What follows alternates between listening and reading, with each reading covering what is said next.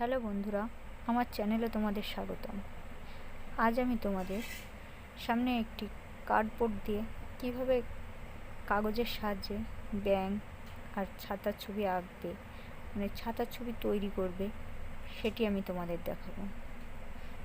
এর জন্য দেখো, প্রথমে আমার কাছে একটা কার্ডবোর্ড ছিল। এই কার্ডবোর্ডটা যদিও একটু ছোট ছিল, তবু আমি এই কার্ডবোর্ডের উপরেই বানিয়েছি। তো এই কার্ডবোর্ডটাকে আমি একটা রঙিন কাগজ দিয়ে ভালোভাবে চারপাশটাকে মুড়ে নিচ্ছি।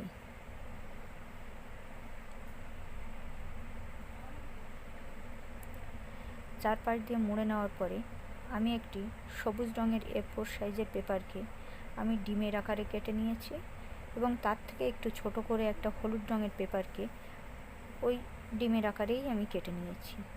এবার সবুজ পেপারের উপরটাতে আমি হলুদ পেপারটাকে আঠা দিয়ে জুড়ে দিয়েছি। এবার ওই সবুজ পেপারটা আমি কার্ডবোর্ডের উপরে লাগিয়ে দিচ্ছি। আর একটি মাথাটা বানানোর জন্য আমি একটি গোল করে সবুজ রঙের কাগজকে কেটে নিয়েছিলাম এবং সেটার মাঝখান থেকে ভাঁজ করে নিয়েছি।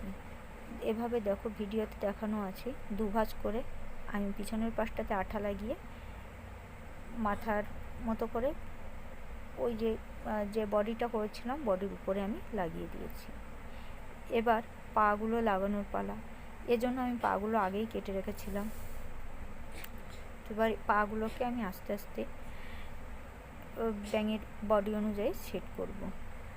তো দেখো, তোমরা ভিডিওতে দেখলেই বুঝতে পারবে আমি কিভাবে এগুলোকে সেট করে রেখেছি। তোমরাও সেভাবে চেষ্টা করো।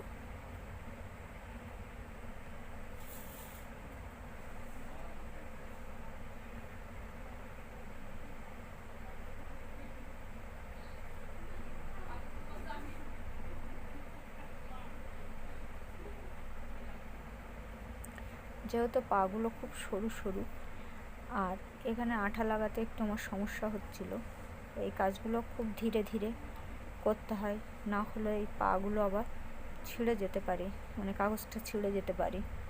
আঠা লাগানোর পরে যেহেতু কাগজটা নরম হয়ে যায়, সেহেতু একটু টান লাগলে এই কাগজটা আবার ছিঁড়ে যেতে পারে। তাই কাজটা করার সময় তোমরা ভীষণ সাবধানে করবে।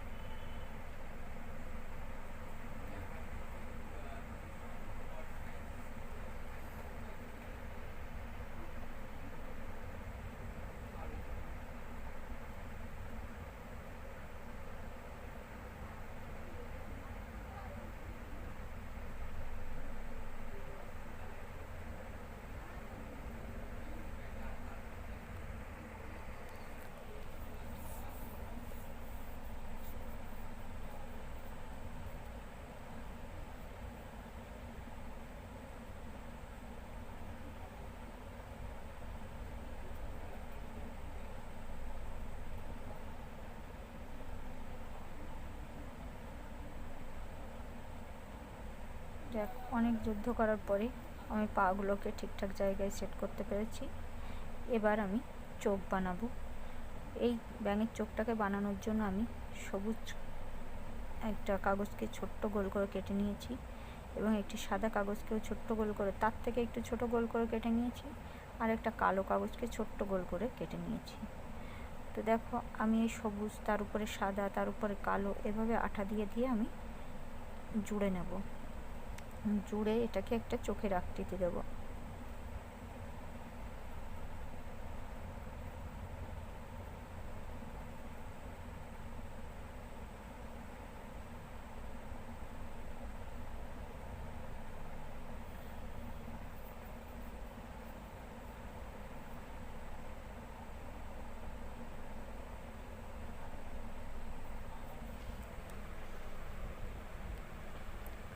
আমার চোখ দুটোও লাগানো হয়ে গেছে।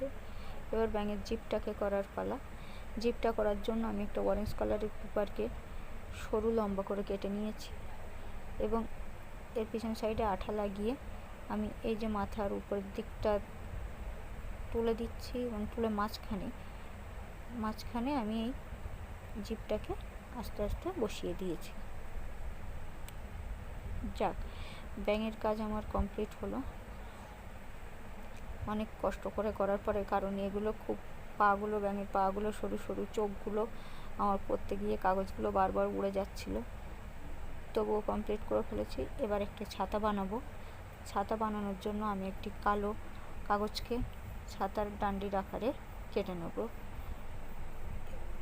এবং সেটিকে ডান্ডির আকারে কেটে নেওয়ার পরে আমি ব্যাঙের সাইডে ওখানে সুন্দরভাবে সেট করে দিচ্ছি।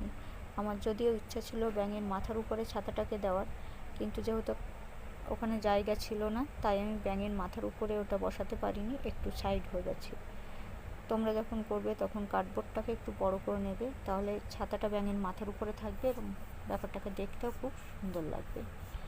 এরপর আমি ছাতার যে উপরের অংশটাকে একটা অরেঞ্জ কালারের কাগজে কেটে নিয়েছি এবং সেটা ওই ডান্ডির সঙ্গে সেট করে দিয়েছি। তো দেখো আমার মোটামুটি রেডি হয়ে গেছে ব্যাঙের ছাতা। তো এটা দেখতে কেমন হচ্ছে তোমরা আমাকে কমেন্ট করে জানিও। এরপরে আমি এর পিছন দিকে একটা উল দিয়ে একটা হ্যাঙ্গার মতো করে নিয়েছি, যাতে আমি এটাকে দেয়ালে ঝোলাতে পারি। তো কেমন হয়েছে এটি তোমরা বলো। ভিডিওটি দেখার জন্য তোমাদের অসংখ্য ধন্যবাদ।